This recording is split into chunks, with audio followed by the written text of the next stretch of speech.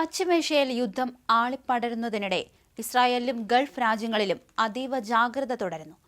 Iranian മിസൈലുകൾ പതിച്ച സ്ഥലങ്ങളുടെ ചിത്രങ്ങൾ ഒരു കാരണവശാലും സമൂഹമാധ്യമങ്ങളിൽ പങ്കുവയ്ക്കരുതെന്ന് ഇസ്രായേൽ ഡിഫൻസ് ഫോഴ്സ് പൗരന്മാർക്ക് കർശന നിർദ്ദേശം നൽകി.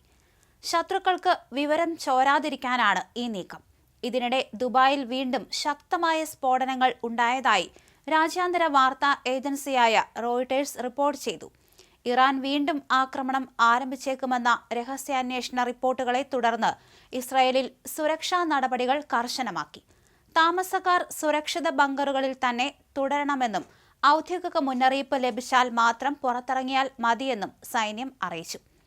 നേരത്തെ ഇറാൻ തൊടുത്തുവിട്ട മിസൈലുകൾ ഇസ്രായേലിന്റെ പല ഭാഗങ്ങളിലും നാശനഷ്ടങ്ങൾ ഉണ്ടാക്കിയിരുന്നു. US ഇസ്രായേൽ സഖ്യത്തെ പിന്തുണയ്ക്കുന്ന രാജ്യങ്ങൾക്ക് നേരെ ഇറാൻ തങ്ങളുടെ പ്രത്യാക്രമണം ശക്തമാക്കിയിരിക്കുകയാണ്. ദുബായിലെ ബുർജ് അൽ അറബിന് നേരെയുണ്ടായ ഡ്രോൺ ആക്രമണത്തിന് പിന്നാലെ നഗരത്തിന്റെ വിവിധ ഭാഗങ്ങളിൽ സ്ഫോടന ശബ്ദങ്ങൾ കേൾക്കുന്നതായി റിപ്പോർട്ടുകളുണ്ട്. ഗൾഫ് മേഖലയിലാകെ മിസൈൽ വിരുദ്ധ പ്രതിരോധ സംവിധാനങ്ങൾ പ്രവർത്തനക്ഷമമാക്കിയിട്ടുണ്ട്. അമേരിക്കയും ഇസ്രായേലും സംയുക്തമായി ഇറാന് മേൽ ആക്രമണം തുടങ്ങിയതോടെ ലോകരാജ്യങ്ങൾ രണ്ടു തട്ടിലായി വിഭജിക്കപ്പെട്ടിരിക്കുകയാണ്. ഇത് ഒരു മൂന്നാം ലോക മഹായുദ്ധത്തിലേക്ക് വഴിമാറുമോ എന്ന ആശങ്കയിലാണ് ആഗോള സമൂഹം. US ഇസ്രായേൽ സഖ്യം ഇറാനെ പൊതിയുകയാണ്. ഇസ്രായേലിന്റെ സൈനിക നീക്കങ്ങൾക്ക് പൂർണ്ണ പിന്തുണയുമായി Britain, Germany, France, Canada, Australia തുടങ്ങിയ പാശ്ചാത്യ രാജ്യങ്ങൾ രംഗത്തെത്തിയിട്ടുണ്ട്. മിസൈൽ ആക്രമണങ്ങളെ നേരിട്ട ഗൾഫ് രാജ്യങ്ങളും ഇറാനെതിരെ നിലപാടെടുത്തിരിക്കുകയാണ്. സൗദി അറേബ്യയും UAEയും ഉൾപ്പെടെയുള്ള രാജ്യങ്ങൾക്ക് പിന്തുണയുമായി പാകിസ്ഥാനും രംഗത്തെത്തി. ഇറാന്റെ പ്രതിരോധത്തിന് കരുത്തു പകർന്ന് റഷ്യയും ചൈനയും പരസ്യമായി രംഗത്തെത്തി. ഇതിനു പുറമെ സിറിയ, ഇറാഖ്, യമൻ, ലബനാൻ തുടങ്ങിയ മധ്യപൂർവേഷ്യൻ രാജ്യങ്ങളും ഇറാന് തങ്ങളുടെ പൂർണ്ണ പിന്തുണ പ്രഖ്യാപിച്ചു.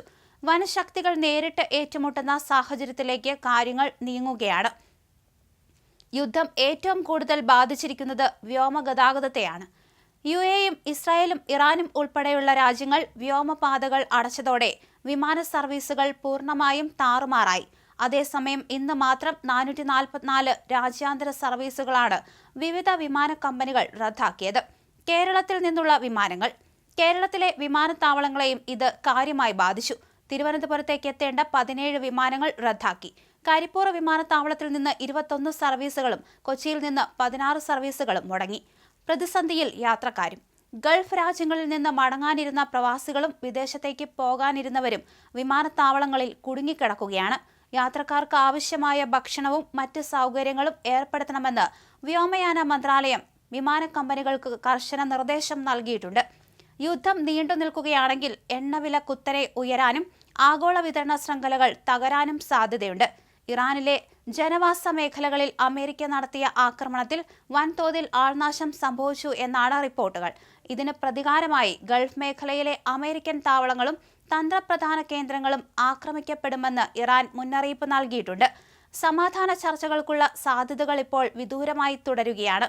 ലോകം ഒരു മഹാദുരന്തത്തിന്റെ വക്കിലാണെന്ന സൂചനകളാണ് ഓരോ മണിക്കൂറിലും പുറത്തുവരുന്ന വാർത്തകളും നൽകുന്നത്.